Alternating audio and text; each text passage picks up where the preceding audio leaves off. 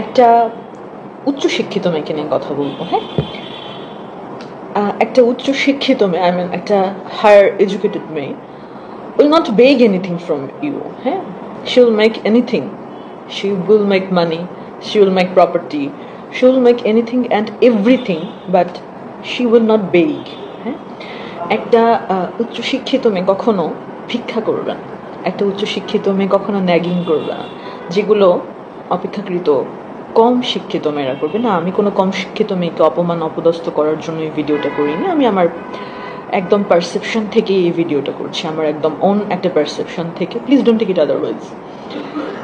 একটা উচ্চশিক্ষিত ফ্যামিলির উচ্চশিক্ষিত মেয়ে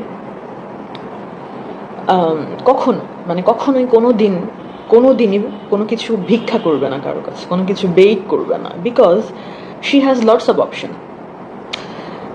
শিক্ষিত হওয়ার কারণে, উচ্চশিক্ষিত হওয়ার কারণে তার কাছে অনেক অপশন আসবে, তার কাছে অনেক অপশন থাকবে, যে অপশনগুলো অপেক্ষাকৃত কম শিক্ষিত মেয়ের কাছে আসবে না। এই জন্যই বাবা মারা যে যার অবস্থান থেকে মেয়েকে পড়াশোনা করায়, যে যার অবস্থান থেকে মেয়েটাকে শিক্ষিত করার চেষ্টা করে, শুধুমাত্র এই কারণ যে জীবনে কোনো জায়গায় যদি সে পড়ে যায়, সে ব্যথা পায়, সে যেন নিজে নিজে উঠে দাঁড়ায়।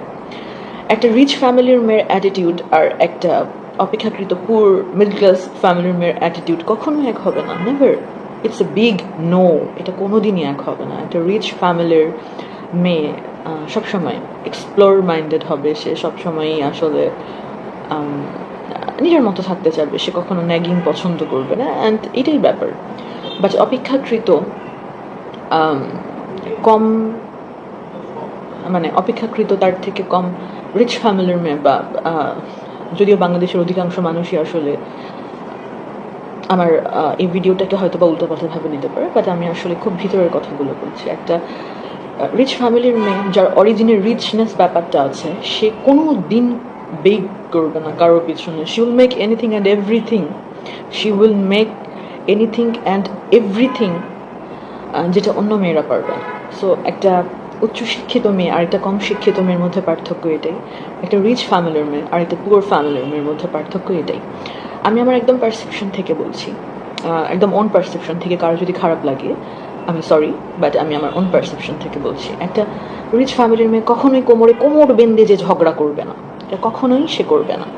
বাট অপেক্ষাকৃত একটা পুয়ার ফ্যামিলির মেয়ে সেই সব কাজগুলো করবে।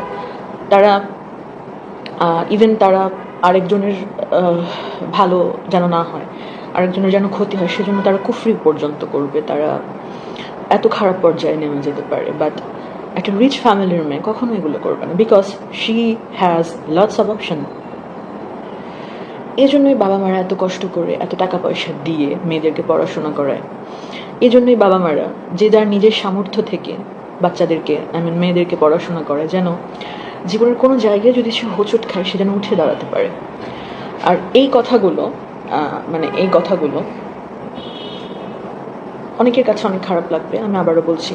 আমি কাউকে হিট করে কথা বলতে পারো তো পক্ষে, সেটা পক্ষে না, বাট আমি আমার ওন পারসেপশন থেকে এই কথাগুলো বললাম।